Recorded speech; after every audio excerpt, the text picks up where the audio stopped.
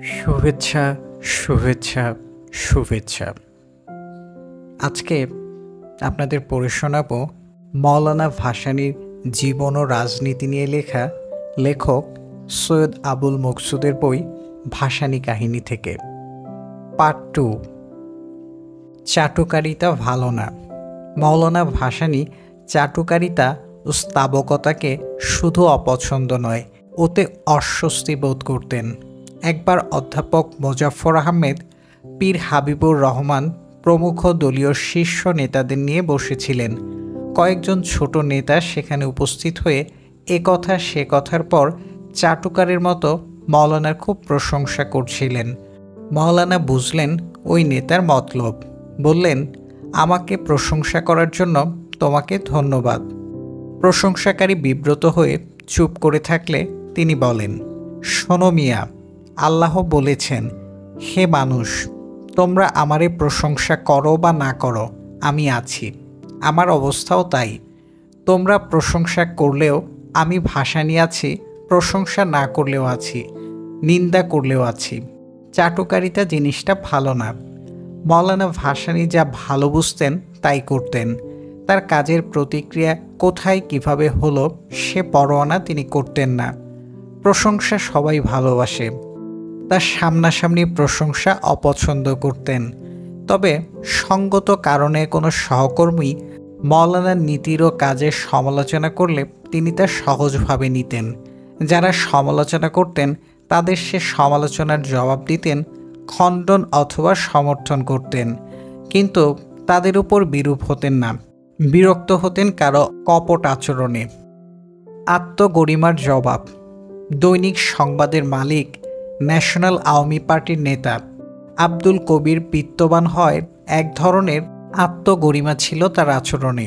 মওলানা ভাসানীর স্বভাবগতভাবে সঙ্গত কারণেও রাগারাগি করে কথা বললে তিনি রুষ্ট হতেন। 60-এর দশকের শেষের দিকে ন্যাপনেতা 71-এর শহীদ সাইদুল হাসানের মগবাজারের বাড়িতে কৃষক সমিতির নেতাদের এক বৈঠক ডাকেন মওলানা ভাসানী। হাজী দানেশ, আব্দুল মতিন, আলাউদ্দিন আহমেদ, হাতেম আলী খান প্রমুখ সেখানে উপস্থিত ছিলেন। সভা শুরু হওয়ার আগে আহমদুল কবির, আব্দুল মতিন প্রমুখকে বলেন, আজ তিনি মওলানাকে এক হাত নেবেন। লোকজনের সামনে তিনি আমাকে অপমান করেন, আজ আমি তাকে ধরব। মওলানা পাশের ঘরে শুয়ে চোখ বন্ধ করে বিশ্রাম করছিলেন। অতি সতর্ক ভাসানীর কানে কথাটা যায়। কিছুক্ষণ পর বৈঠক শুরু হলো। মওলানা আসন গ্রহণ করেই এদিক ওদিক তাকিয়ে কৌটা থেকে পান বের করে আহমাদুল করিমকে লক্ষ্য করে বললেন, বাবা আহমাদুল করিম, দেখো তো কোনোখান থেকে একটু চুন আনতে পারো কিনা। চুন আনার হুকুমে তিনি মনে মনে আরও ক্ষেপে যান। গটগট করে অন্য ঘরে গিয়ে এক কাজের লোককে দিয়ে খানিকটা চুন পাঠিয়ে দিয়ে সভায় যোগ না দিয়ে নীরবে চলে আসেন। আর এলেন না ওদিন। খানিকক্ষণ পর মওলানা মৃদু হাসির সঙ্গে বলেন, আহমাদুল কবিরকে দেখছি না যে, কোথায় গেল? চইলে গেল নাকি? বোধহয় জরুরি কোনো কাজ আছে। কাকে কিভাবে মোকাবেলা করবেন তা মওলানার খুব ভালোই জানা ছিল। মওলানার উর্দু বক্তৃতা। মওলানা ভাসানী সম্পর্কে আবু জাফর শামসুদ্দিন বর্ণিত একটি ঘটনা এরকম, তার ভাষায়, মওলানা ভাসানী সম্বন্ধে আমাদের মধ্যে অনেকের ধারণা ছিল তিনি পীর এবং পীর হিসেবে তাকে মওলানা বলা হয়। আসলে মওলানার পদবীর যোগ্যতা, অর্থাৎ আরবি, ফার্সি, উর্দু প্রভৃতি ভাষার উপর তার তেমন দক্ষতা ছিল না। দেশে তিনি কখনো উর্দুতে বক্তৃতা দেননি।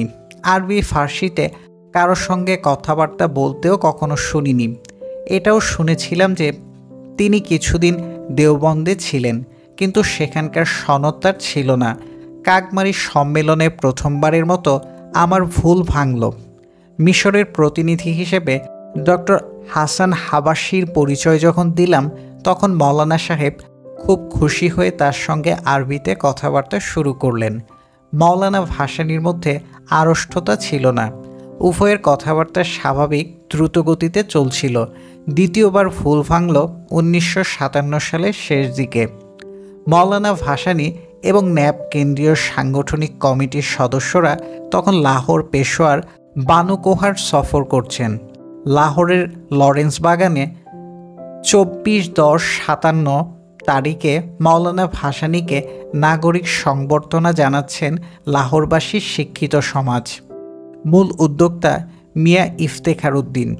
লাহোর শহরের এলিট শ্রেণীর প্রায় 1000 লোক উপস্থিত। প্রবেশ মূল্য 3 টাকা দিয়ে ওরা এসেছিলেন। মুদ্রিত সংবর্ধনা জানিয়ে মানপত্র পাঠ করেন মাহমুদ আলী কাসুরি। মওলানা ভাসানীর জবাব দেওয়ার সময় এলো। সফররত দলের মধ্যে ছিলেন ময়মনসিংহের মওলানা আলতাফ হোসেন। তিনি ছিলেন দেওবন্দ পাশ করা আলেম। মওলানা আলতাফ হোসেন আমাদের কাছে বলছিলেন, আল্লাহ জানেন মানিজ্যত থাকে কিনা। মওলানা ভাসানী খালেস উর্দুতে বক্তৃতা করতে পারবেন কিনা সে বিষয়ে তিনি সন্দেহ প্রকাশ করেছিলেন। মওলানা ভাসানী দেশে বাংলা ভাষায় যেমন জোরে সোরে বক্তৃতা দিতেন, তেমনি জোরে সোরে প্রায় 40 মিনিট কাল উর্দু ভাষায় বক্তৃতা করলেন। অল্প বিস্তর উর্দু জ্ঞান নিয়ে তার সে বক্তৃতা বড় একটা বুঝতে পারিনি। মেজর ইসহাক পাঞ্জাবের লোক, ভালো উর্দু জানতেন। তাকে জিজ্ঞেস করলাম, ভাই বলুন তো মওলানা ভাসানীর উর্দু বক্তৃতা কেমন হলো? মোজাক্কের মোয়ান্নেস ঠিক হয়েছে কিনা? মেজর ইসহাক জবাবে বললেন, ব্যাকরণের বিচারে নির্ভুল উর্দু বলেছেন তিনি, কিন্তু তার বক্তৃতা আরবি, ফার্সি শব্দপূর্ণ কেতাবে উর্দু। এই বক্তৃতা আমাদের শ্রোতারা সবাই সবটা বুঝতে পেরেছেন কিনা সন্দেহ। মওলানা আলতাফ হোসেন সন্দেহমুক্ত হলেন। আমাদের মানিজ্যত রক্ষা পেল। মওলানা উর্দু বেশ ভালোই জানতেন, কিন্তু বাংলাদেশে বসবাসরত ভারত থেকে মোজাহির হিসেবে আসা উর্দু ভাষীদের সঙ্গে কখনো উর্দুতে কথা বলতেন না। তাদের প্রতি তার সহানুভূতি ছিল। সম্ভবত তিনি চাইতেন তারাও বাংলা শিখুক, যখন তারা এদেশেই থাকবে। মওলানা আরবি ও উর্দুতে যেমন স্বাভাবিক কথাবার্তা চালিয়ে যেতে পারতেন, তেমনি হিন্দিও ভালোই বলতে পারতেন। দিল্লির অল ইন্ডিয়া ইনস্টিটিউটের একজন ডাক্তার আমাকে জানান, তিনি যখন 1971 সালের শেষ দিকে ওই হাসপাতালে চিকিৎসাধীন ছিলেন, তখন ডাক্তারদের সঙ্গে হিন্দিতেই কথা বলতেন। তার শারীরিক সমস্যা ব্যাখ্যা করতেন হিন্দিতে। তার কথাবার্তা শুনে মনে হতো তিনি একজন ভারতীয় এবং হিন্দি বলয়ের বাসিন্দা। মওলানা নৌকা ঠেলেন। মওলানা ভাসানীর দীর্ঘ জীবনে কত যে বিচিত্র ঘটনা ঘটেছে তার সব লেখা হলে হাজার হাজার পৃষ্ঠাতেও কুলাবে না। যারা তাকে কাছে থেকে দেখেছেন তারা জানান, এক বিশেষ অলৌকিক শক্তির অধিকারী ছিলেন তিনি। প্রকৃতিও তাকে সম্মান করত। দৈনন্দিন জীবনেও আপদ বিপদের মধ্যে তিনি থাকতেন অচঞ্চল। প্রাকৃতিক দুর্যোগের মধ্যেও তিনি ভয় পেতেন না। তার ঘনিষ্ঠ আবু জাফর শামসুদ্দিনের বর্ণিত আরেকটি ঘটনা এরকম। একটি অভিজ্ঞতার কথা বলছি, সন্তারিখ মনে নেই, খুব সম্ভবত 1956 সালের মার্চ-এপ্রিলের দিকে হবে। মওলানা সাহেবের কাছ থেকে একটি পোস্টকার্ড পেলাম। তিনি আমাকে নির্দেশ দিচ্ছেন, অমুক তারিখে আমি ফুলছড়ি ঘাটে থাকব। তুমি নুরুন নাহার, বাকশাল নেতা মহিউদ্দিন সাহেবের বড় ভাই ইঞ্জিনিয়ার সাহেবের স্ত্রী, এবং ইয়ার মোহাম্মদ সেখানে আমার সঙ্গে দেখা করবে। আমরা খুব সম্ভব ট্রেনে রওনা হলাম। ফুলছড়ি ঘাটে পৌঁছালাম সম্ভবত সকাল 10টার দিকে। সেদিন ঘাটে ঘুরে ফিরে খোঁজ নিলাম, মওলানা সাহেব নেই। ভাবলাম তিনি হয়তো প্রোগ্রাম ঠিক রাখতে পারেননি। একটা ফেরি এপারে আসছিল, সেটাতে করে এপারে ফিরে এসে প্যাসেঞ্জার ট্রেনে উঠলাম। প্রদ্যোত নগরে ক্রসিং, বিপরীত দিক থেকে গাড়ি আসছে। আমরা ট্রেন থেকে নেমে প্ল্যাটফর্মে দাঁড়িয়ে আছি। ট্রেন এসে প্রদ্যোত নগরে ভিড়ল। মওলানা সাহেব সেকেন্ড ক্লাসের কামরা থেকে আমাদের হাতের ইশারায় ডাকলেন। কাছে যেতে বললেন, উঠে এসো, সিলেট থেকে এসেছি, গতকাল ফেরার কথা ছিল, হয়ে উঠল না। আমরা তার গাড়িতে উঠলাম। রোজার দিন, খুব সম্ভবত বৈশাখ মাস। মওলানা সাহেব রোজা আছেন। কখনো কখনো তিনি রমজান মাস বাদেও একাদিক্রমে দীর্ঘ রোজা রাখতেন। ইফতারির জন্য ভক্তরা গুচ্ছ গুচ্ছ পাকা লিচু দিয়েছে, আরও কী কী যেন ছিল। বাহাদুরাবাদ ঘাটে যখন পৌঁছালাম তখন বেলা হবে প্রায় 3টা। সে সময় কোনো ফেরি ছিল না। মৌলানা সাহেব বললেন, চলো নৌকায় যাব। নদীতে তখন অসংখ্য চর জেগে উঠেছে, অভাসমান চরও আছে। বাহাদুরাবাদ ঘাট থেকে ওপারে ফুলছড়ি ঘাটের দূরত্ব চর ধরে 5-7 মাইলের কম নয়। পাড়ে দাঁড়িয়ে দেখলাম ঈশান কোণে হালকা সিঁদুরে মেঘ। অনেককাল আগের কথা মনে পড়ল। কলকাতা যাচ্ছিলাম, সেটাও বৈশাখ মাস ছিল। তার পাশা থেকে গোয়ালন্দের পথে পদ্মার উপরে স্টিমার। হঠাৎ প্রবল ঝড় বৃষ্টি শুরু হলো। উত্তাল ঢেউ, নিচের তলা এপার ওপার হচ্ছে, ওপরের তলায় মহিলা ও শিশুদের আত্মচিৎকার। আমি ধুতি মালকাচার মেরে একটা বয়া ধরে অপেক্ষা করছি। আমার পাশের এক ভদ্রলোক প্রাণভয়ে নারায়ণ নারায়ণ জপতে জপতে হেগেমুতে কাপড় চোপড় বিনাশ করলেন। স্টিমার ডুবল না বটে, কিন্তু ঝড় তরিটিকে ঠেলে এক গুপ্তচরে তুলে দিল। ঝড় থামার পর স্টিমার চর হতে নামাতে পারেনি। গোয়ালন্দ ঘাটের বিজলিবাতি তখন দেখা যায়। স্টিমারের আর্ত হুইসেল শুনে গোয়ালন্দ থেকে রিলিফ স্টিমার এসে যাত্রীদের নিয়ে গেল। সেই ঘটনা মনে হতে প্রমাদ শুনলাম। মৌলানা সাহেবের ভয় ডর নেই।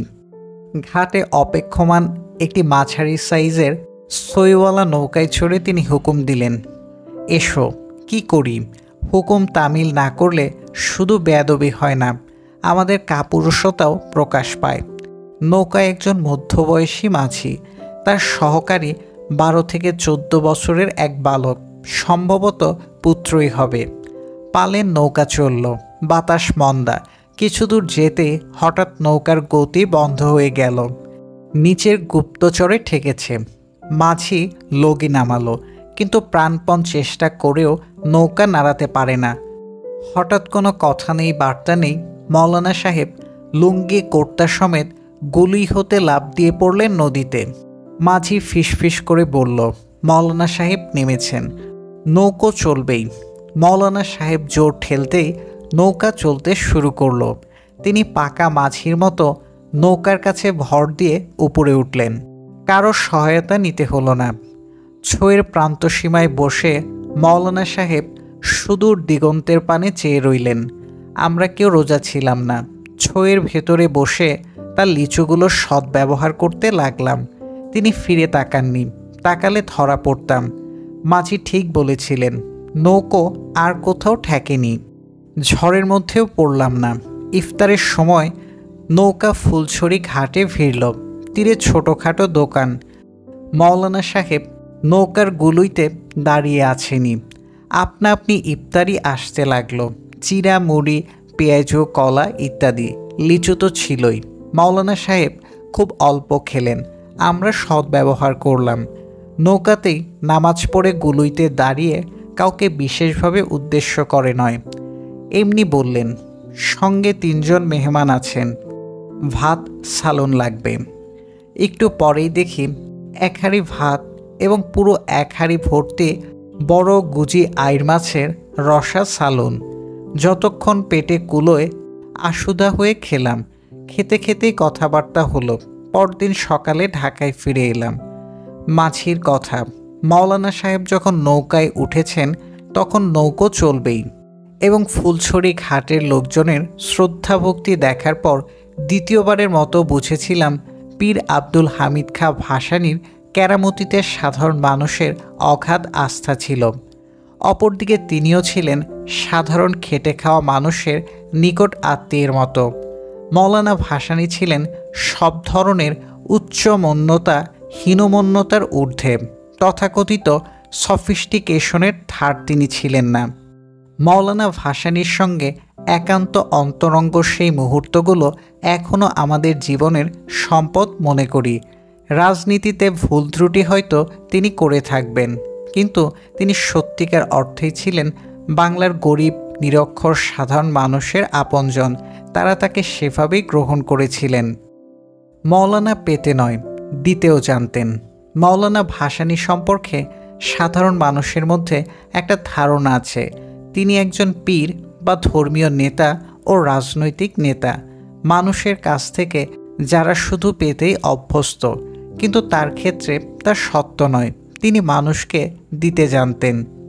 ৩০-৪০-এর দশকে আসামের শৈলশহর শিলংয়ে গিয়ে অবস্থান করতেন মুসলিম লীগ নেতা আব্দুল মতিন চৌধুরীর বাসভবনে। পরিবারের সদস্যদের মতোই থাকতেন। মতিন চৌধুরীর পত্নী ফখরুন্নেসা খাতুনকে মৌলানা বোন সম্বোধন করতেন। তিনি জানান, মৌলানা কখনোই খালি হাতে আসতেন না। ধুবড়ি থেকে আসুন আর যেখান থেকে আসুন, কিছু জিনিসপত্র আনতেনই। তবে সভা সমাবেশ অথবা প্রাদেশিক আইনসভার অধিবেশনে যোগদানের জন্য যখন আসতেন, প্রায়ই কয়েকটি মুড়ি, আধমন খাঁটি গাওয়া ঘি এবং ২-১ ঝুড়ি ডিম আনতেন। বিশেষভাবে ঘি এবং ডিম আনতেন, কারণ ধুবড়িতে প্রচুর গরু মোষ পালন হতো বলে দুধ ঘির উৎপাদন হতো বেশি এবং দামও ছিল খুবই কম। ধুবড়িতে ডিমও ছিল খুব সস্তা। তিনি নিজেও বাড়িতে বহু মুরগি পুষতেন। তাছাড়া যে কয়দিন তিনি মতিন চৌধুরীর বাড়িতে আতিথ্য গ্রহণ করতেন, প্রায় প্রতিদিনই বাজারে যেতেন এবং বাজার থেকে সবচেয়ে বড় বড় মাছ কিনে আনতেন। ওই মাছ শিলংয়ে যেত সিলেট, সুনামগঞ্জ থেকে। চৌধুরীর বাড়িতে প্রচুর কাঁচা বাজারের অবশ্য প্রয়োজনও হতো। মৌলানার আগমন উপলক্ষে অসংখ্য দর্শনার্থীর আপ্যায়নের জন্য প্রচুর রান্না করতে হতো। মৌলানা ও মতিন চৌধুরী দম্পতি মানুষকে খাইয়ে আনন্দ পেতেন। যে কয়েকদিন মৌলানা শিলংয়ে থাকতেন, চৌধুরীর বাড়িতে ১০০-১ লোকের জন্য প্রত্যেক দিন ভাত তরকারি রান্না করতে হতো। রণদাস সাহার মেয়েরা অসামান্য অধ্যাবসায় ও কর্মনিষ্ঠার ফলে ১৯৩০ ও ৪০-এর দশকে টাঙ্গাইলের মির্জাপুর এলাকার অধিবাসী রণদা প্রসাদ সাহা যথেষ্ট বিত্তের অধিকারী হন। পূর্ববঙ্গের তিনি ছিলেন একজন বিশিষ্ট ব্যবসায়ী। তার মতো ব্যবসায়ী পাকিস্তানে আরও অনেকেই ছিলেন, কিন্তু তারা কেউ রণদা সাহার মতো দানশীল ও সমাজ হৈতৈষী ছিলেন না। মির্জাপুর কুমিদিনী হাসপাতাল এবং বহু স্কুল কলেজ তার অর্থে প্রতিষ্ঠিত হয়। সোহরাওয়ার্দী ও মৌলানা ভাসানীর সঙ্গে তার গভীর অন্তরঙ্গতা ছিল। বিভিন্ন সময় তিনি ভাসানীকে অর্থ সাহায্য করেছেন। ৫০ ও ৬০-এর দশকে কোনো শারীরিক সমস্যা নিয়ে কখনো তিনি রণদা সাহার কুমিদিনী হাসপাতালে ভর্তি হতেন। মৌলানা প্রায়ই রণদা সাহার উদাহরণ দিতেন। বলতেন, রণদা বাবু শুধু ভালো ব্যবসায়ী নন, তিনি একজন আধুনিক মানুষ। তার মধ্যে কোনো কুসংস্কার নেই। ভাসানী বলতেন, সেই ৫০-এর দশকে রণদাবাবু তার মেয়েদের ঘোড়ায় চড়া শিখিয়েছেন। রক্ষণশীল ও কুসংস্কারাচ্ছন্ন বাঙালি সমাজে এটা কম বড় কথা নয়। মৌলানা আরও বলতেন, রণদাবাবু একজন সম্পূর্ণ অসাম্প্রদায়িক মানুষ।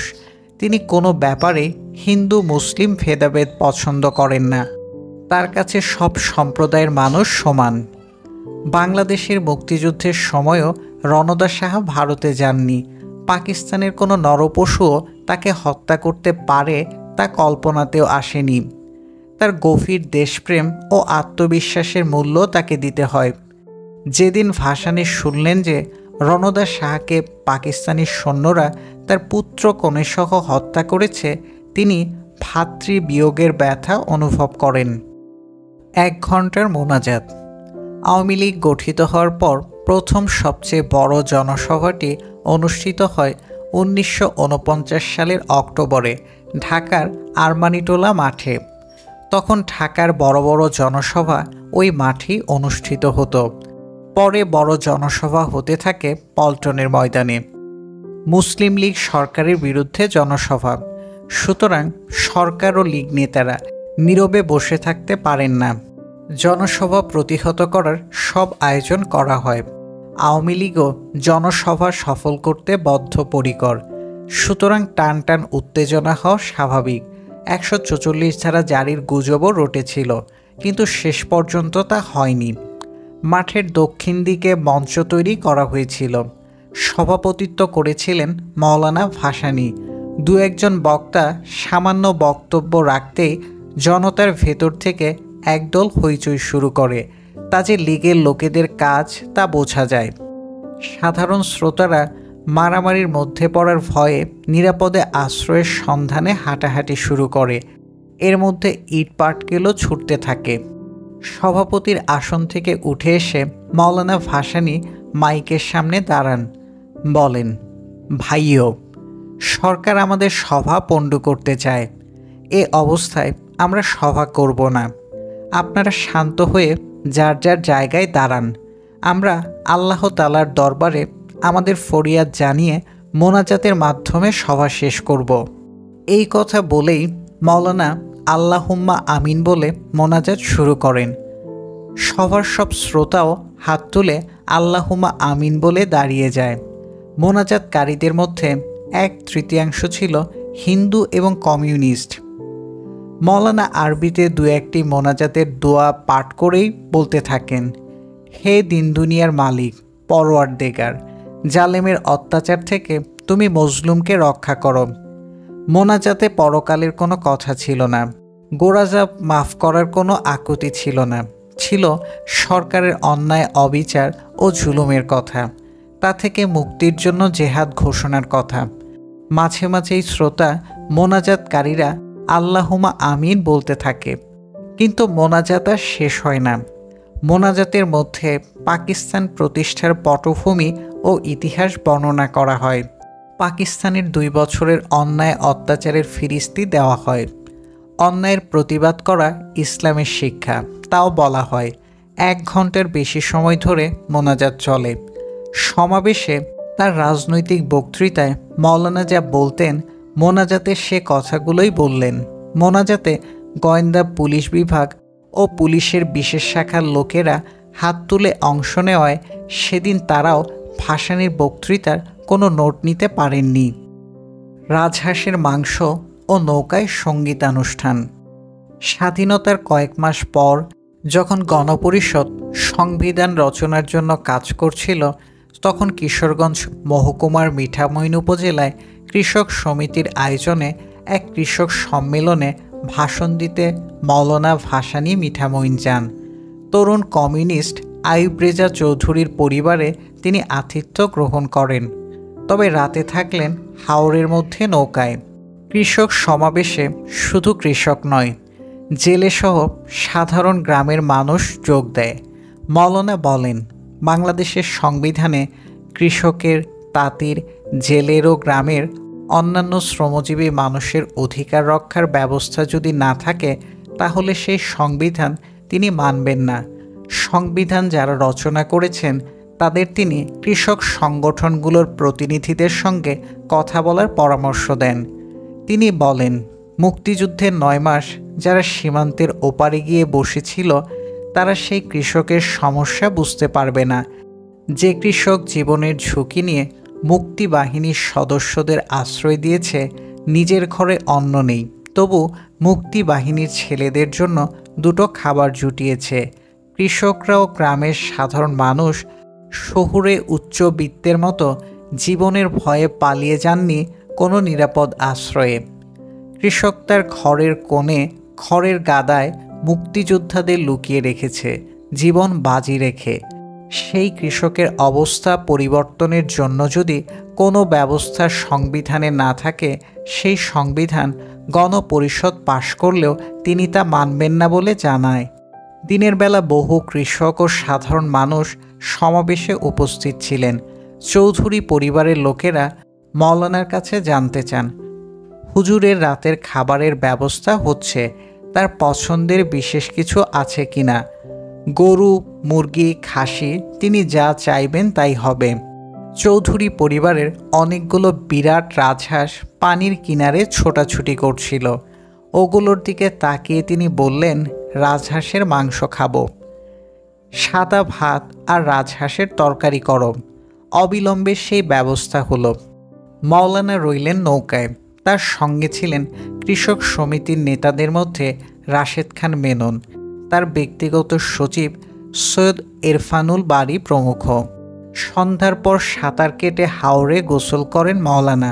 চৌধুরী বাড়ি থেকে খাবার আসে, মাওলানা খেতে বসেন। অত্যন্ত পরিতৃপ্তির সঙ্গে তিনি রাজহাঁসের তরকারি দিয়ে ভাত খান। ধীরে ধীরে খেতেন। একটি আস্ত রাজহাঁসের প্রায় 2 কেজি মাংসের পুরোটাই সেদিন তিনি খেলেন। তখন তার বয়স প্রায় 90। মৌলানা যে নৌকায় ছিলেন তার সঙ্গে আরও অনেকগুলো নৌকা এসে যোগ দেয়। অধিকাংশই মৎস্যজীবীদের মাছ ধরার নৌকা। রাতে পল্লী সঙ্গীতের আয়োজন করা হয় নৌকায়। স্থানীয় গায়করা পরিবেশন করেন সঙ্গীত। নৌকায় শুয়ে শুয়ে মৌলানা সে সঙ্গীতও অনেক রাত পর্যন্ত উপভোগ করেন। ভাসানী ছিলেন কৃষক, জেলে, তাঁতিদেরই একজন। তাদের মধ্যে বাস করেই ছিল তার আনন্দ। আখ চাষিদের মুক্তি। মূলত কৃষক নেতা মৌলানা ভাসানী জাতীয় নেতা হন পরে, কিন্তু কৃষকদের সমস্যা সব সময় তাকে উদ্বিগ্ন করত। পাট চাষি, আখ চাষিদের কোনো বঞ্চনার সংবাদে তিনি বিচলিত হতেন। উত্তরবঙ্গের আখ চাষিদের সঙ্গে তার যোগাযোগ ছিল প্রত্যক্ষ। গাইবান্ধা জেলার মহিমাগঞ্জ সুগার মিল এলাকার আখ চাষিরা 1965 সালের চিনি উৎপাদন মৌসুমে বিক্ষুব্ধ হয়ে ওঠে। মিলের চিনি উৎপাদন মৌসুমে কৃষকরা ঘরে আখ মাড়াই করে গুড় উৎপাদন করতে পারতেন না। সেজন্য গুড় মাড়াই নিয়ন্ত্রণ আইন ছিল। সরকারের নির্দেশ ছিল কৃষকের উৎপাদিত সব আখ মিল কর্তৃপক্ষের কাছে বিক্রি করতে হবে। তাতে কৃষকদের আপত্তি ছিল না। আখ ক্রয় কেন্দ্রে তারা আখ বিক্রি করতেন। কিন্তু এক পর্যায়ে কৃষকরা লক্ষ্য রাখেন আখ ক্রয় কেন্দ্র ওজনে কারচুপি করছে। একটি গরু বা মহিষের গাড়িতে 15 মনের মতো আখ বহন করা যেত। মাপার যন্ত্রে কারসাজি করে ওজনে কারচুপি করা হতো। 15 মনে 1-1.5 মন চুরি করত মিলের মাপার কর্মচারীরা। এই নিয়ে পলাশবাড়ি এলাকার কৃষকদের সঙ্গে মিল কর্মচারীদের বচসা হয়। কৃষক সমিতির নেতৃত্বে গুড় মাড়াই আন্দোলন শুরু হয়। কোনো কৃষকের বাড়িতে আখ মাড়াই করে গুড় তৈরি করতে দেখলে মিলের লোকরা এসে আখ মাড়াই কলের সুয়ো নামে একটি অংশ খুলে নিয়ে যেত। আখ মাড়াই কলের নাম ছিল গাছ। গাছের একটি অংশের নাম সুয়ো। সুয়ো ছাড়া আখ মাড়াই হতো না। একদিকে ওজনে কম, অন্যদিকে বাড়িতে গুড় মাড়াই করতে দেয় না। ফলে কৃষকরা বিক্ষুব্ধ হয়ে ওঠে। একদিন তর্কাতর্কি করতে করতে হাঙ্গামা হয়। 28 জন চাষির বিরুদ্ধে মামলা হয় এবং পুলিশ তাদের কয়েকজনকে গ্রেপ্তার করে। মামলা তুলে নেয়ার জন্য মৌলানা ভাসানী সরকারের উপর চাপ দেন। তারপর তিনি 1965 সালের 31 ডিসেম্বর পলাশবাড়ি যান। মৌলানার একটি ভবিষ্যৎবাণী। 1973 সালের ডিসেম্বরে ঢাকা থেকে একদল রাজনৈতিক কর্মী ও সাংবাদিক মৌলানা ভাসানীর সঙ্গে দেখা করতে সন্তোষ যান। বিভিন্ন ক্ষেত্রে সরকারের ব্যর্থতা নিয়ে তিনি তাদের কাছে মুজিব সরকারের কঠোর সমালোচনা করতে থাকেন। বলেন, এই সরকারের কোনো স্থির নীতি নেই। মার্কিন সাম্রাজ্যবাদীদের সঙ্গেও ভাব জমাতে চায়, রুশ সরকারের সঙ্গেও খাতির করতে চায়। আসলে এই সরকারের পায়ের নিচে মাটি নেই। এক পর্যায়ে তিনি কমিউনিস্ট পার্টি ও মার্ক্সপন্থী ন্যাশনাল আওয়ামী পার্টির নেতাদেরও তীব্র সমালোচনা করেন। তারা সরকারকে অন্ধভাবে সহযোগিতা করায় সরকার আরও বেশি বেপরোয়া হয়ে উঠেছে। এক দর্শনার্থী বলেন, যেহেতু সরকার সমাজতন্ত্র প্রতিষ্ঠার অঙ্গীকার করেছে, তাই সোভিয়েত রাশিয়ার বুদ্ধি পরামর্শ তার দরকার। ধমকে ওঠেন মৌলানা, বলেন, সমাজতন্ত্র প্রতিষ্ঠার কি বুদ্ধিটা দেবে রুশ নেতারা? আমলাতন্ত্রের খপ্পরে পড়ে তাদের নিজেদের সমাজতন্ত্রই যায় যায় অবস্থা। সামনে আরও খারাপ নেতা দেশে আসতেছে। মৌলানা দুঃখ করে বলেন, এশিয়া, আফ্রিকার এবং নতুন স্বাধীনতাপ্রাপ্ত দেশগুলোকে পথ দেখাতে পারত রাশিয়া। 20 শতাব্দীতে তাদের উপর যে দায়িত্ব অর্পিত হয়েছিল তা পালনে তারা ব্যর্থ হয়েছে। একটি শতাব্দীও তাদের দক্ষতা ধরে রাখতে পারল না। ক্ষুব্ধ কণ্ঠে অনেকক্ষণ বক্তৃতার পর তিনি এক অমেঘ ভবিষ্যৎবাণী করেন। বলেন, তোমরা জানিয়ে রাখো, আমি বাঁচি বা না থাকি, থাকবো তো নাই, আগামী 15-16 বছরের মধ্যে সমাজতান্ত্রিক সোভিয়েত রাশিয়া ভাঙিয়া যাইবে। সেখানে অনেকগুলো রাষ্ট্র হবে। শুধু সামরিক শক্তি দ্বারা কোনো দেশ বেশি দিন টিকে থাকতে পারে না। আমেরিকা তার ধ্বংসের জন্য উঠে পড়ে লেগেছে। সোভিয়েত ইউনিয়নের আয়ু আর বড়জোর 15-16 বছর। সেদিন মওলানার ওই ভবিষ্যৎবাণীকে অতিশয়োক্তি মনে করেছিলেন শ্রোতারা। তার এই ভবিষ্যৎবাণী 100% সত্যি প্রমাণিত হয়। একজন শ্রেষ্ঠ কৃষক। বাংলা কৃষি সভ্যতা সম্পর্কে মওলানা ভাসানীর স্পষ্ট ধারণা ছিল। তিনি গর্বিত ছিলেন বাংলার কৃষি সভ্যতার শ্রেষ্ঠত্বে। বাংলার কৃষকদের তিনি মনে করতেন পৃথিবীর শ্রেষ্ঠ কৃষক। সব পেশার মধ্যে কৃষিকেই তিনি মনে করতেন শ্রেষ্ঠ পেশা এবং সবচেয়ে সম্মানজনক পেশা। গ্রামাঞ্চলে যখন যেখানেই যেতেন কৃষকদের সঙ্গে কথা বলতেন। শুধু যে তাদের সমস্যার কথা বলতেন তা নয়, তাদের ক্ষেত খামারে চাষাবাদের খোঁজ খবর নিতেন। পাঁচবিবির এক আদিবাসী কৃষক বললেন, হুজুর যে মৌসুমে আসতেন তার সেই মৌসুমের ফসলের ব্যাপারে পরামর্শ দিতেন। গরমকালে এলে পাট ও আউশ আমন ধানের চাষের ব্যাপারে কথা বলতেন। অনেক সময় পরামর্শ দিতেন কোন জমিটাতে পাট বুনবেন আর কোনটায় ধান চাষ করবেন।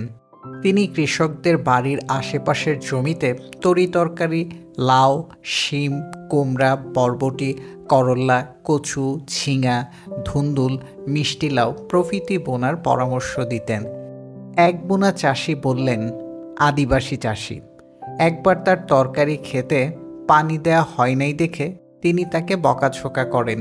তরকারি ও ফসলের মাঠে পোকামাকড়ের উপদ্রব সম্পর্কে তিনি খুব সতর্ক থাকতেন। রাসায়নিক কীটনাশক ছাড়া প্রথাগত পদ্ধতিতে কিভাবে পোকামাকড় দমন করা যায় সে উপায়ও তার খুব ভালো জানা ছিল। কোনো কোনো তরকারির গাছে শুধু ছাই ছিটাতে পরামর্শ দিতেন। নিজে ফল পছন্দ করতেন। নিজের বাড়ির ও অন্য মানুষের বাগানের ফলের গাছের যত্ন নিতেন তিনি। আম, জাম, কলা, নারকেল, লিচু, পেঁপে প্রভৃতি ফলের গাছ লাগানোর জন্য তিনি তার মুরিদান ও পরিচিতদের পরামর্শ দিতেন। গৃহপালিত প্রাণী যেমন গরু, ছাগল, ভেড়া, হাঁস, মুরগি, এমনকি কুকুর বিড়ালের ঠিকমতো খাওয়া দেওয়া হয় কিনা তা তিনি খবর রাখতেন। নিজের হাতে ওদের খাবার দিতেন। প্রত্যেকবার খাবারের সময় বিড়াল কুকুর খেয়েছে কিনা সে খোঁজ নিতেন। তার খাবার সময় বিড়াল কুকুর তার সামনে চুপ করে বসে থাকত, যেন ওরা তার বাড়ির সদস্য। সবার ফুতে একই কাজ হয়। 1954 সালের নির্বাচনের কিছু আগে বা পরে লাহিড়ী মোহনপুর থেকে মওলানা ভাসানী তার কয়েকজন সহকর্মীকে নিয়ে পাবনার শাহজাদপুরে যাচ্ছিলেন নৌকায়। শাহজাদপুরে আওয়ামী লীগের জনসভা ছিল। সহকর্মীদের মধ্যে ছিলেন আলী আহাদ, আব্দুল মতিন, রণেশ মৈত্র, খুলনার মাহমুদ আলম খান, যিনি মুকুভাই বলে পরিচিত ছিলেন। 70-এর দশকের শেষ দিকে সাপ্তাহিক স্বাধিকার প্রকাশ করেন আরও কেউ কেউ। শাহজাদপুরে তারা যাচ্ছিলেন নৌকায়। মওলানা যে আসবেন সে খবর আগেই জানাজানি হয়ে গিয়েছিল নদী তীরের গ্রামগুলোর মানুষের মধ্যে। নৌকা থেকে মওলানার সহকর্মীরা অনেক দূর থেকেই লক্ষ্য করেন নদীর তীরে অনেক লোক দাঁড়িয়ে আছে কোনো কিছুর প্রতীক্ষায়। কাছে আসতেই তারা হাত উঁচিয়ে নৌকা থামায়। মওলানা সঙ্গীদের বলেন, শোনো তারা কি বলে। নৌকা ঘাটে ভিড়তেই গ্রামবাসী শিশি বোতলে পানি নিয়ে মওলানাকে পানি পড়ে দিতে বলেন। তিনি দোয়া পড়ে অনেকের বোতলের পানিতে ফু দেন। মানুষের সংখ্যা বেশি হয় এবং মওলানার তাড়া থাকায় তিনি তার সহযাত্রীদের বলেন, তোমরাও একটু ফু দিয়ে দাও। রণেশ মৈত্র অবাক হয়ে বলেন, হুজুর আমাদের ফুতে কি কাজ হবে? তারা চাইছে আপনার ফু। মওলানা বলেন, ওরা আশা করে এসেছে, দিয়ে দাও ফু, সবার ফুতে একই কাজ হয়। মওলানা ভাসানীর বাহন। দেশের এক প্রান্ত থেকে অপর প্রান্ত পর্যন্ত, এক গ্রাম থেকে আরেক গ্রামে উত্তাল গতিতে ছুটে বেরিয়েছেন আমৃত্যু মওলানা ভাসানী। রবীন্দ্রনাথের ভাষায় তার ছিল পথ চলাতেই আনন্দ। এই যে নিরন্তর চলা, তাতে কি ছিল তার বাহন। তার সময়ের বিশেষ করে 50-এর দশক পর্যন্ত যোগাযোগ ব্যবস্থা ছিল মধ্যযুগীয়। কোনো যানবাহনের ব্যবস্থা না থাকলে পায়ে হাঁটাই ছিল না ভাসানীর বিন্দুমাত্র ক্লান্তি। হাঁটতেন দীর্ঘ পদক্ষেপে ও দ্রুত। ধীরে সুস্থে হেলেদুলে হাঁটা তিনি অপছন্দ করতেন। সেজন্য তার সঙ্গে হাঁটতে গিয়ে অনেকে অবিলম্বে ক্লান্ত হয়ে পড়তেন এবং কেউ কেউ তার বকাঝকা খেয়েছেন। মাওলানার সহযাত্রীদের কাছ থেকে জানা যায় দিনে 25-30 কিলোমিটার হাঁটা তার পক্ষে কঠিন ব্যাপার ছিল না। তবে যানবাহনের মধ্যে নৌকাই ছিল তার সবচেয়ে প্রিয়। নদী ও খালবিল বহুল উত্তরবঙ্গ, পূর্ববঙ্গ ও আসামে তিনি নৌকায় যাতায়াতই পছন্দ করতেন। দিনের পর দিন তিনি নৌকায় এক অঞ্চল থেকে অন্য অঞ্চলে ঘুরেছেন। কখনো কখনো নৌকায় ছিল তার বাড়িঘর, রান্নাবান্না, খাওয়া দাওয়া সবই হতো নৌকায়। মাছ ছিল তার প্রিয় খাদ্য। নদীর জেলেদের কাছ থেকে তাজা মাছ কিনতেন, কখনো নিজেই কুটতেন এবং রান্না করতেন। নদী তীরের লোকালয়ের বাজার থেকে পেতেন শাকসবজি। সফরসঙ্গী ও মাছি মাল্লাদের দিয়েও রান্না করাতেন। দিনের পর দিন থাকা, খাওয়া, ঘুমানো সবই নৌকায়। ৭১-এর ২৫শে মার্চ পরবর্তী প্রায় ২ সপ্তাহ তিনি নৌকায় কাটান।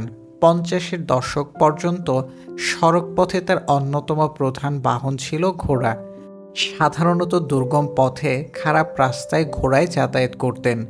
কমিউনিস্ট আলাউদ্দিন আহমেদের ভাষায় ঐতিহাসিক কাকমারি সম্মেলনে তাকে ঘোড়ায় চড়ে গ্রামে গ্রামে ঘুরতে দেখেছি। যানবাহনের অভাবে বৃদ্ধ বয়সে সাইকেল চালিয়েও জনসভায় উপস্থিত হতে দেখেছি। আসামে যারা তাকে কাছ থেকে দেখেছেন তারা বলেন, সেখানে দুর্গম রাস্তায় মাওলানা হাতিতে যাতায়াত করতেন।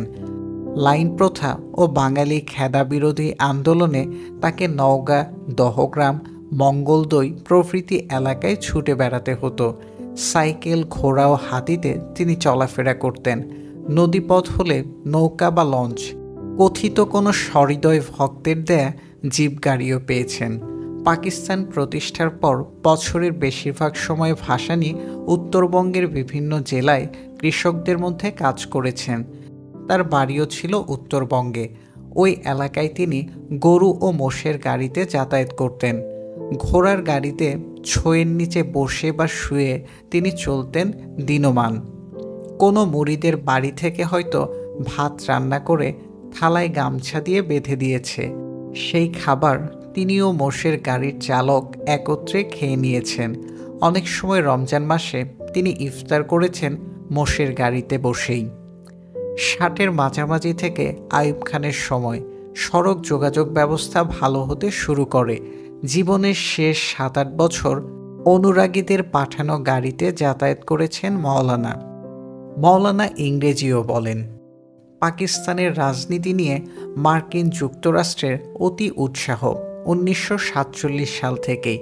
পূর্ব পাকিস্তানে মার্কিন বিরোধী রাজনীতি মাওলানা ভাসানীর নেতৃত্বে জনপ্রিয় হয়ে উঠছে। সেজন্য আমেরিকার উদ্বেগ ছিল খুব বেশি। তারা পূর্ব পাকিস্তানের রাজনীতি অব্যাহত পর্যবেক্ষণ করেছিলেন। কাকমারির সাংস্কৃতিক সম্মেলনের অব্যবহিত আগে নয়াদিল্লির মার্কিন রাষ্ট্রদূত ঢাকা সফরে আসেন এবং ঢাকা থেকে সন্তোষ যান ভাসানীর সঙ্গে সাক্ষাৎ করতে।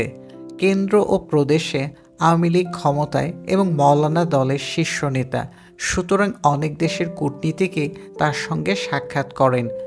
আমেরিকার তিনি অবিচল ও তীব্র সমালোচক হলেও যখন তার একজন কূটনীতিক তার সঙ্গে সাক্ষাৎ করতে তার বাড়িতে যান, তখন মাওলানা তাকে সৌজন্য দেখান এবং খুবই সমাদর করেন। তাকে টাঙ্গাইলের মিষ্টি ও ফল দিয়ে আপ্যায়ন করেন। পুকুরের পাড়ে দাঁড়িয়ে তাদের মধ্যে কথা হচ্ছিল। সেখানে উপস্থিত ছিলেন শিল্পী কামরুল হাসান, শিল্পী শফিকুল আমিন প্রমুখ। মাওলানা বলছিলেন বাংলায়, রাষ্ট্রদূত ইংরেজিতে। মাওলানা যুদ্ধ জোটের বিরুদ্ধে অকাঠ্য যুক্তি দিচ্ছিলেন এবং বারবার বলছিলেন পাকিস্তানের উচিত স্বাধীন নিরপেক্ষ পররাষ্ট্রনীতি গ্রহণ করা। এক পর্যায়ে মাওলানা বললেন, mister ambassador, you understand what I say? মার্কিন রাষ্ট্রদূত বললেন, ইয়েস মাওলানা, I do understand what you are saying, please you go on. মাওলানা সরকারের বৈদেশিক নীতির বিভিন্ন দুর্বলতা তুলে ধরে কঠোর সমালোচনা করেন, তা অবশ্য বাংলায়। মাঝে মাঝে এক আধটু ইংরেজি বলেছিলেন। রাষ্ট্রদূত সবিনয়ে বললেন, আপনার দলেরই সরকার, কেনই বা এই সরকারকে এত সমালোচনা করছেন? মৌলানা প্রত্যুত্তরে বলেন, আপনারা নতুন স্বাধীন দেশগুলোকে তাদের নিজেদের মতো চলতে দিন, তাতে আমাদের সঙ্গে আমেরিকার সম্পর্ক ভালো থাকবে। আমেরিকা যেমন দীর্ঘ সংগ্রামের মধ্য দিয়ে স্বাধীনতা অর্জন করেছে, এই উপমহাদেশের মানুষও সীমাহীন দুঃখ, কষ্ট, নির্যাতন সহ্য করে স্বাধীন হয়েছে। আমরা কারো সঙ্গে যুদ্ধ চাই না, তাই যুদ্ধজোটে থাকার প্রয়োজন মনে করি না। আমি মৃত্যুর পূর্ব পর্যন্ত সব রকম যুদ্ধজোটের বিরোধিতা করব। মার্কিন রাষ্ট্রদূত নীরবে দাঁড়িয়ে শোনেন। মৌলানার পাঞ্জাবির পকেটে মাছ। ঢাকা আর্ট কলেজের সাবেক অধ্যক্ষ চিত্রশিল্পী শফিকুল আমিনের সঙ্গে মৌলানা ভাসানীর প্রথম পরিচয় হয় কলকাতা ওয়েলেসলি স্ট্রিটে, মৌলানা মাহমুদ আকরাম খাঁর আজাদ অফিসে। একদিন ভাসানী ওই অফিস থেকে বেরোচ্ছিলেন, শফিকুল আমিন ঢুকছিলেন। তখন দ্বিতীয় বিশ্বযুদ্ধ শেষ পর্যায়ে। আগে পত্রিকায় মৌলানা সাহেবের ছবি দেখেছিলেন, সুতরাং মুখোমুখি হতেই শফিকুল আমিন চিনতে পারেন এবং সালাম জানান। মৌলানা প্রত্যুত্তর দিয়ে কুশল বিনিময় করেন। একজন মুসলমান যুবক চিত্রকলা শিখছেন এবং কলকাতা আর্ট স্কুলে চাকরি পেয়েছেন, তাতে মৌলানা প্রীত হন। স্বাধীনতার পর ঢাকা ও ময়মনসিংহে তাদের আরও অনেকবার দেখা হয়। কাকমারিতে সাংস্কৃতিক সম্মেলন করার চিন্তা করার পর মৌলানা ভাসানী বিভিন্ন শ্রেণী পেশার বিশিষ্ট ব্যক্তিদের সঙ্গে যোগাযোগ স্থাপন করেন। তাদের মধ্যে বিশিষ্ট চিত্রশিল্পীরাও ছিলেন। তিনি জয়নুল আবেদিন, কামরুল হাসান, শফিকুল আমিন প্রমুখ শিল্পীর সঙ্গে সম্মেলনের ব্যাপারে আলোচনা করেন। বিশেষ করে সম্মেলনের প্যান্ডেল সাজানোর দায়িত্ব তাদের দেওয়ার প্রস্তাব করেন। মৌলানা চান না পেশাদার ডেকোরেটররা ওই কাজটি করুক। মৌলানার প্রস্তাবে শিল্পীরা অতি আনন্দে সম্মত হন। সম্মেলনের কয়েকদিন আগে শিল্পীদের দলটি, যাদের মধ্যে আর্ট কলেজের কিছু ছাত্রও ছিলেন, সন্তোষে যান একটি জিপে। শফিকুল আমিন ভালো রান্নাও জানতেন। সেখানে গিয়ে তিনি রাজবাড়িতে বাবুর্চিদের সঙ্গে রান্নার দায়িত্ব গ্রহণ করেন। বিশেষ করে শিল্পীদের জন্য রান্নাবান্নার কাজটি তিনি করতেন। মহাব্যস্ত মৌলানা চরকির মতো ছুটতেন এদিক থেকে ওদিকে। কয়েক কিলোমিটার এলাকা জুড়ে চলছিল সম্মেলনের কর্মযজ্ঞ। তিনি সব দিকেরই খোঁজখবর রাখছিলেন নিজে ঘুরে ঘুরে। শেষ রাত থেকে মৌলানার ছুটাছুটির কাজ শুরু হতো। কখনো যেতেন মাঠের মধ্যে তাঁবু তৈরির তদারক করতে, কখনো পুকুর পাড়ে, কখনো নদীর তীরে। একদিন সকালে শফিকুল আমিন রান্নাবান্নার কাজে ব্যস্ত। মৌলানা হন্তদন্ত হয়ে এলেন। কোনো কিছু অসুবিধা হচ্ছে কিনা সে খবর নিলেন। তারপর বললেন, আপনাদের কয়েকজনের জন্য একটা জিনিস লইয়া আসলাম। বলেই পাঞ্জাবির পকেটে হাত দিয়ে বের করতে লাগলেন একটি একটি করে তাজা ছটফট করা নওলা মাছ। সব শুদ্ধ ৫-৬টি মাছ। ঘটনা হলো, তিনি ভোরের দিকে যমুনা নদীর ঘাটে গিয়েছিলেন। সেখানে জেলেরা মাছ ধরছিল। মৌলানাকে দেখে জেলেরা তাকে কয়েকটি মাছ নাজরানা দেয়। সে মাছগুলো তিনি নিজের বাড়িতে গিয়ে তার স্ত্রীকে না দিয়ে পাঞ্জাবির পকেটে করে নিয়ে এসেছেন শিল্পীদের জন্য। ওই মাছ রান্না করেছিলেন শফিকুল আমিন। সেদিন জয়নুল আবেদিন, কামরুল হাসান, তার স্ত্রী মরিয়ম বেগম, শফিকুল আমিন প্রমুখ ওই মাছের তরকারি দিয়ে দুপুরে আহার করেন। মানুষের কাছ থেকে যেমন খাতির যত্ন পেয়েছেন সীমাহীন, তেমনি ভাসানী অন্যকেও আপ্যায়ন করে আনন্দ পেতেন, বিশেষ করেই অতিথিকে খাইয়ে। আমস্টারডামে মৌলানা ও একদিন মুড়ি। 1966 সালের জানুয়ারির প্রথম সপ্তাহে কিউবার রাজধানী হাভানায় অনুষ্ঠিত হয় আফ্রো এশীয় আমেরিকান গণসংহতি সম্মেলন। সেখানে 6 সদস্য বিশিষ্ট পাকিস্তানি প্রতিনিধি দলের নেতা হিসেবে আমন্ত্রিত হন মৌলানা ভাসানী। উপনেতা হিসেবে ছিলেন শিক্ষা ও স্বাস্থ্যমন্ত্রী এটিএম মোস্তফা। দলে অন্য সদস্য ছিলেন মিয়া আরিফ ইফতেখার এমপি, শওকত আলী খান, ইজাজবাট আলভি, কামরুজ্জামান শাহ এবং মিরাজ খালিদ। মৌলানা ভাসানী 25 ডিসেম্বর 65 ঢাকা থেকে করাচি পৌঁছেন। 31 ডিসেম্বর তিনি ও দলের অন্যান্য সদস্য হাভানার উদ্দেশ্যে করাচি ত্যাগ করেন। তারা কিছু সময় মস্কোতে যাত্রাবিরতি করেন। মস্কোতে সোভিয়েত কমিউনিস্ট পার্টির কয়েকজন নেতা এসে বিমানবন্দরে মওলানার সঙ্গে সাক্ষাৎ করেন। ওই দিনই মস্কো থেকে তারা পৌঁছেন আমস্টারডাম। তখন হল্যান্ডে পাকিস্তান দূতাবাসে কোনো রাষ্ট্রদূত ছিল না। চার্জ দ্য অ্যাফেয়ার্সের দায়িত্ব পালন করছিলেন বাঙালি কূটনীতিক ফারুক চৌধুরী। মওলানার সঙ্গে তার পরিচয় আসাম থেকে 1940-এর দশকে। তখন হেগেতে আন্তর্জাতিক বিমানবন্দর ছিল না। আমস্টারডাম ছিল হল্যান্ডের প্রধান বিমানবন্দর। শনি ও রোববার ছুটি থাকায় ফারুক চৌধুরী পরিকল্পনা করেছিলেন শুক্রবার কাউকে না জানিয়েই স্ত্রী পুত্রদের নিয়ে গাড়িতে জার্মানি বেড়াতে যাবেন। জার্মানি রওনা হতে যাবেন এমন সময় সাইবার মেসেজ এলো, please go to Amsterdam airport, Maulana Bhasani is going to Havana, he will spend a night there, receive him and take him to the hotel, give him the best possible hospitality. Amsterdam বিমানবন্দরে যান। Maulana Bhasani Havana যাচ্ছেন। আমস্টারডামে তাকে এক রাত্রি থাকতে হবে। তাকে বিমানবন্দর থেকে হোটেলে নিয়ে যাবেন এবং সাধ্যমতো সর্বোচ্চ আতিথেয়তা দিন। এই বার্তা পেয়ে ফারুক চৌধুরীর মন খারাপ হয়ে যায়। বাচ্চারা কান্না জুড়ে দেয়। অর্থাৎ মওলানা যেন আসার আর দিন খুঁজে পেলেন না। চৌধুরী ছুটে যান আমস্টারডাম বিমানবন্দরে। এয়ারলাইন্সই তাদের খরচে ট্রানজিট যাত্রী হিসেবে প্রতিনিধি দলকে নিয়ে যায় একটি হোটেলে। মওলানা ও মোস্তফা পাশাপাশি দুটি কামরায় থাকেন। পরদিন তাদের হাভানায় ফ্লাইট। পারিবারিকভাবে ঘনিষ্ঠ মওলানার কামরায় অনেকটা সময় কাটান ফারুক চৌধুরী। নানা গল্পগুজব। সেটি ছিল রমজান মাস। চৌধুরী রোজা রাখেন না। ধারণা করেছিলেন মওলানা নিশ্চয়ই রোজা রেখেছেন। কিছুক্ষণ পর মওলানা তাকে বলেন তার পোটলার ভেতরে একটা ছোট টিন আছে, ওটা বের করে আনতে। পুরনো একটা বিস্কুটের টিন আনার পর ওটা খুলে মওলানা বলেন, এর মধ্যে মুড়ি আছে, বের করে খাও। চৌধুরী বিব্রত বোধ করছিলেন। রোজাদার মওলানার সামনে তিনি কি করে মুড়ি খান? ওদিকে মোস্তফা সাহেব রোজা রেখেছিলেন। চৌধুরীর জড়তা দেখে মওলানা বললেন, খাও, আমিও রোজা না, মুসাফিরের জন্য রোজা ফরজ না। কোথায় কখন সূর্য ওঠে সূর্য ডোবে, দেশে গিয়ে পরে কাজা করব। খাও, মুড়ি খাও, আমিও খাই, তুমিও খাও। ফারুক চৌধুরী জানান একেবারে গ্রাম বাংলার মাটির মানুষ, কোথাও তার খাওয়া দাওয়ার অসুবিধা হবে না। কিন্তু বিদেশে যাওয়ার সময় পোটলায় নিয়ে যাচ্ছেন এক টিন মুড়ি।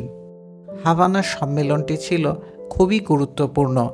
এশিয়া, আফ্রিকা ও লাতিন আমেরিকার 100 দেশের মধ্যে প্রায় 500 সাম্রাজ্যবাদী নেতা সেখানে যোগ দেন। ভারতের প্রতিনিধি দলের নেতৃত্ব দেন খ্যাতিমান স্বাধীনতা সংগ্রামী অরুণা আশফ আলী। তার সঙ্গে হাভানায় মওলানার পারস্পরিক স্বার্থ সংশ্লিষ্ট বিষয়ে কথাবার্তা হয় এবং ব্রিটিশ বিরোধী আন্দোলনের স্মৃতিচারণ করেন।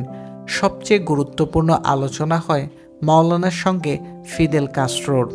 তারা পরস্পরের ভূমিকার প্রশংসা করেন।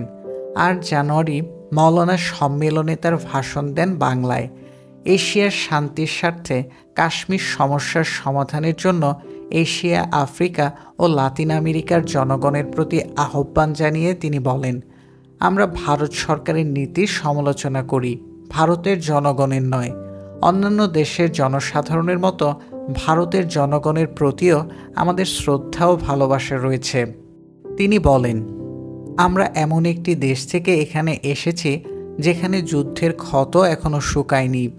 ঔপনিবেশিকবাদ, সাম্রাজ্যবাদ ও নয়া ঔপনিবেশিকদের শেষ চিহ্ন মুছে ফেলে সুখী, সমৃদ্ধ ও অনাবিল শান্তিপূর্ণ বিশ্ব গড়ে তোলার জন্য সম্মিলিত ও ঐক্যবদ্ধ কর্মসূচি গ্রহণ করা প্রয়োজন।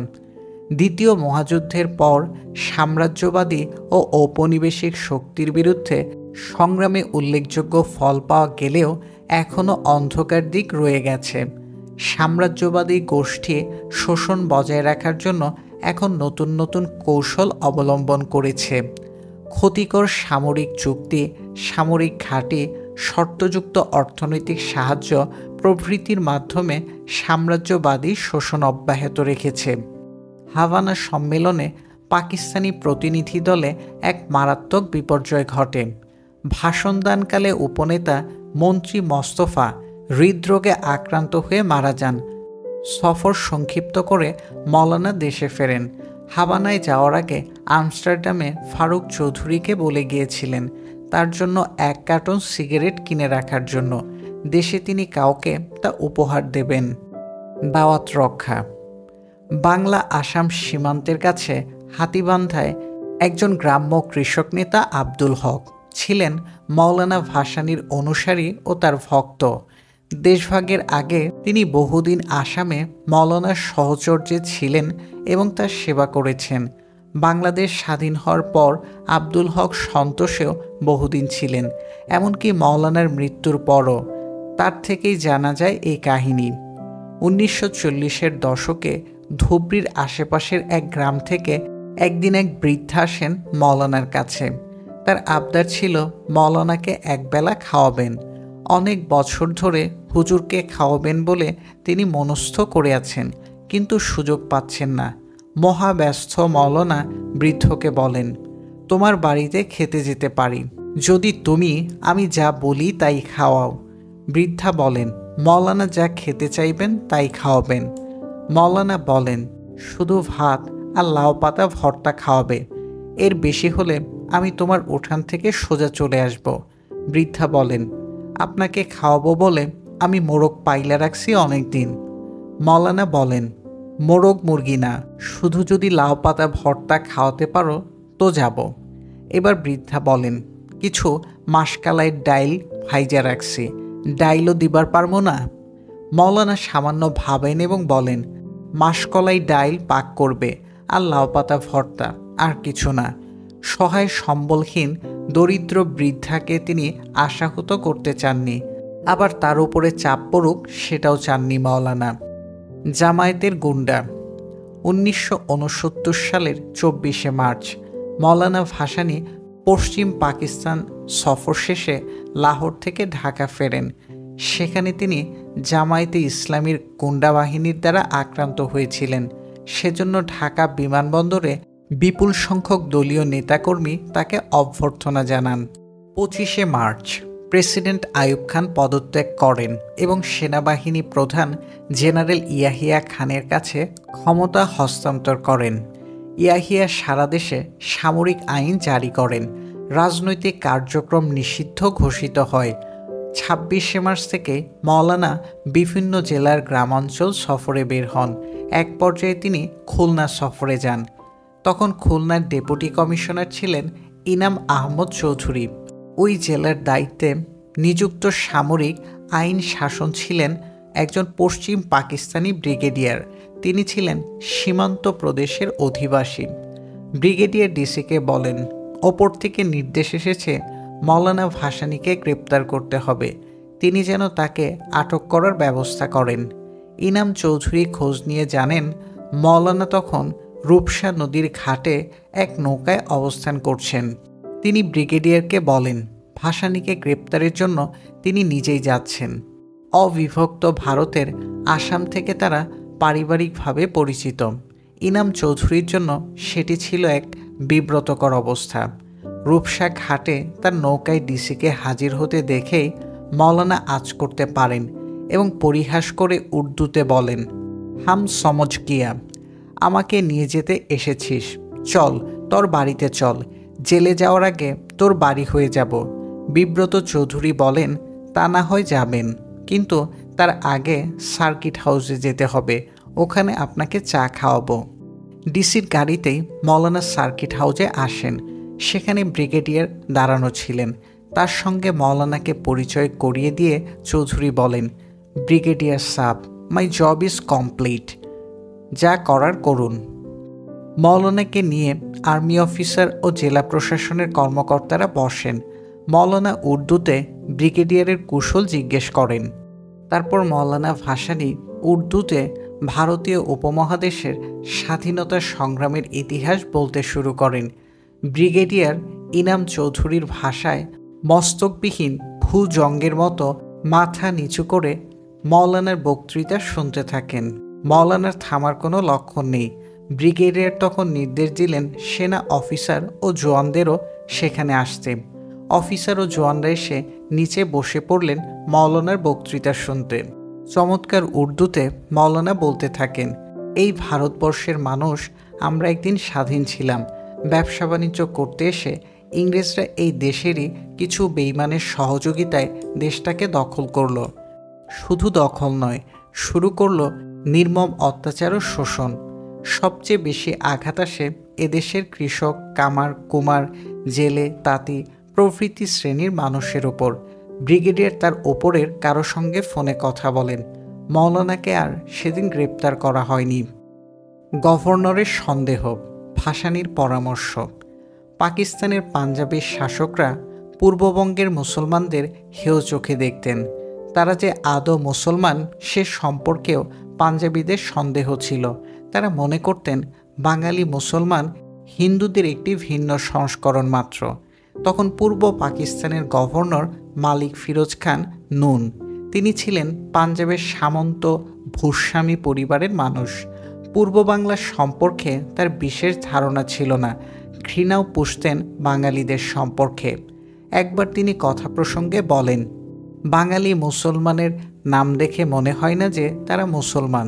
তিনি গভর্নর হাউসের বিভিন্ন চতুর্থ শ্রেণীর কর্মচারীর নাম উল্লেখ করে বলেন, কালু শেখ, কালো মিয়া, হারু, তারা ব্যাপারী প্রভৃতি মুসলমানের নাম হয় কি করে?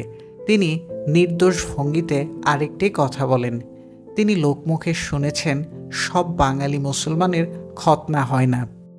মালিক নুনের কথাটি মৌলানা ভাসানীর কানে যায়। শুনে বাঘের মতো গর্জে ওঠেন তিনি। ওই সময়ই পল্টন ময়দানে তার এক জনসভা ছিল।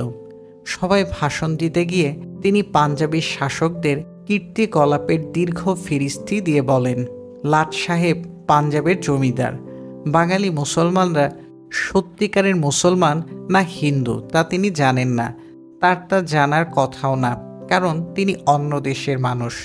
মৌলানা বলেন, গভর্নর বাহাদুরের সন্দেহ দূর করা আমাদের দায়িত্ব, কারণ তিনি আমাদের দেশেরই গভর্নর।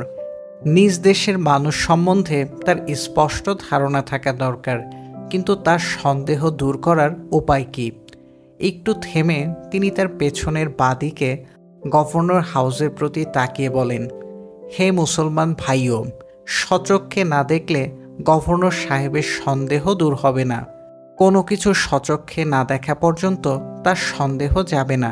যদি পারেন আপনারা যে সত্যি সত্যি মুসলমান, আপনাদেরও যে সুন্নত হয় তা তাকে দেখাইয়া দেবেন। জনতা হাসিতে ফেটে পড়ে। আতাউর রহমানের নামাজও বাংলা ভাষা। 1953 সালের বর্ষার পর মৌলানা ভাসানী ও আতাউর রহমান খান লাহোর যান পশ্চিম পাকিস্তানের বিরোধী নেতাদের সঙ্গে আলোচনার জন্য। তার কয়েক মাস আগেই ভাষা আন্দোলনের নেতৃত্ব দেওয়ার অভিযোগে ভাসানী বছরখানেক কারাভোগ করার পর মুক্তি পান। রাষ্ট্রভাষার বিষয়টি তখন শুধু পূর্ববঙ্গে নয়, পশ্চিম পাকিস্তানেও আলোচ্য বিষয়।